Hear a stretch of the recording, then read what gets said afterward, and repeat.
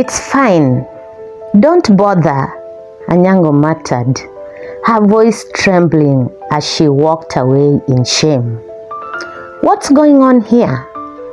Howie demanded, turning to Okello. It's you again? What have you done to my friend? How are you two related? Who are you to her? Okello retorted. Stop asking me who I am to her and answer my question. Howie shot back. I've done nothing to her. In fact, we had a very productive conversation. I knew your intentions weren't pure, Howie snapped. You people from Tyler are always condescending. But let me remind you, we have never crossed your village for help because we've learned to solve our own problems.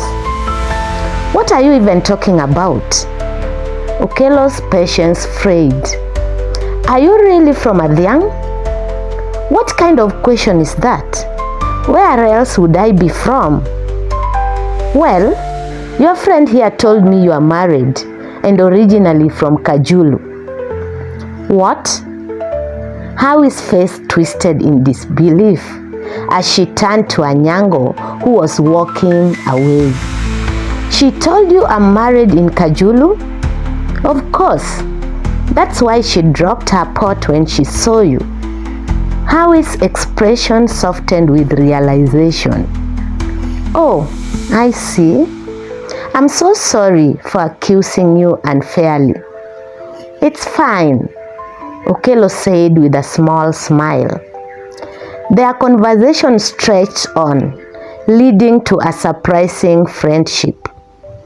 Before long, word spread throughout Adhiang and beyond. People whispered that the learned men of Tyler were choosing uneducated women from Adhiang. Among those fanning the rumors was Anyango, who had stopped speaking to Howie altogether. She made sure Okello's name reached every ear, especially those of his parents. The gossip reached a boiling point when Okello and his parents were summoned to the chief's camp. There, in front of a gathered crowd, the chief sternly warned them to stop what was deemed a taboo relationship. If they didn't, Okello risked life imprisonment. Okello left the meeting with his head held high, while his parents looked on in despair. Later, his parents, Paulina and Otoyo, confronted him in private. Despite their efforts to reason with him, Okello denied any involvement with a woman from Adhiang. A few days later, he returned to college, and the matter seemed to fade. But the whispers lingered, leaving questions on their wake. 2 years later, Okello's graduation was fast approaching. Paulina, determined to see her son settled, began searching for a woman she deemed fit to be his wife. Her sights landed on Sabina, a nurse at the local dispensary.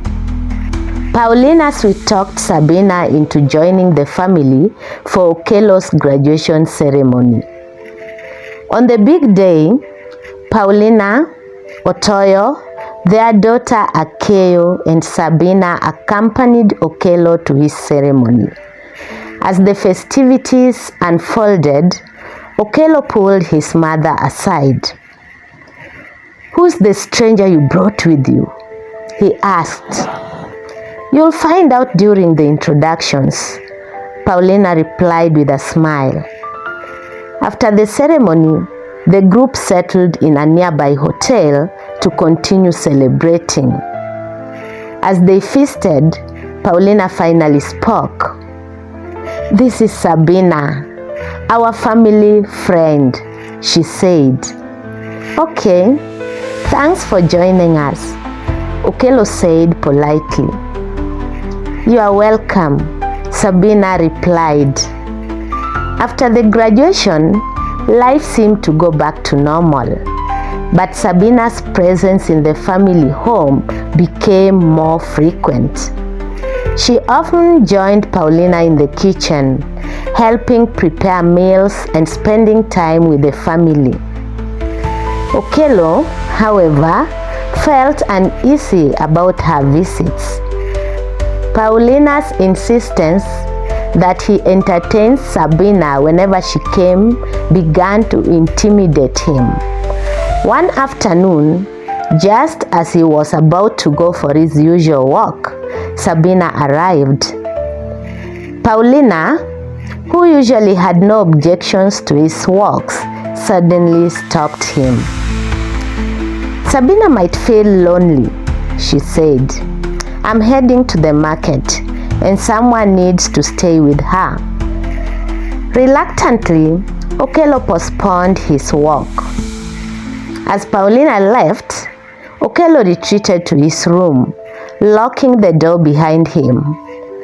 Sabina, who was left alone in the living room, wandered around, examining the photos on the walls before eventually taking a stool outside to wait for Paulina's return.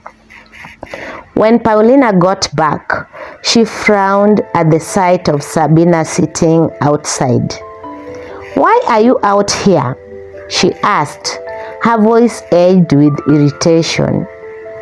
"I got tired of sitting alone," Sabina admitted. "Where's Okello?" "He locked himself in one of the rooms." "Why? Did you try the tricks we discussed?" "Yes, but it didn't work. Honestly, I'm getting tired of this." "Don't give up," Paulina urged. "Hard work pays, my daughter. I'll support you as much as I can." "Thanks, Mom," Sabina replied with a forced smile. That evening, they prepared dinner together. Okello ate in silence, contributing nothing to the conversation. After finishing his meal, he excused himself and went to bed. Paulina and Okello escorted a dejected Sabina home. The next day, Paulina decided to address the issue directly. "My son, it's time you found a good woman to marry." "What are you implying?" Okello asked. "That I help you find a suitable match." "Do you already have someone in mind?" "Yes, let me introduce her to you when you are ready." "Anytime," Okello said, though his tone was non-committal. "That's my son," Paulina exclaimed, patting his back. The following morning, Paulina arranged a surprise meeting. She sent Okello to fetch Sabina, advising her to dress elegantly for the occasion.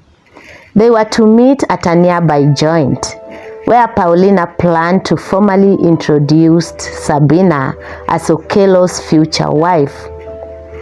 Okello, meanwhile, was told that his dream woman was waiting for him at the joint. As Okello and Paulina approached, Sabina stepped away to the washroom, leaving Okello seated alone. "What's Okello doing here by herself?" Okello asked, raising an eyebrow. "I asked her to join us. She's here to meet her future sister-in-law," Paulina replied. A few minutes later, Sabina returned. Seeing her approach, Okello froze. "I hope she isn't the one," he muttered under his breath. Paulina stood, arms open, and embraced Sabina. "Meet your future wife," she announced, grabbing Sabina's hand and attempting to place it in Okello's.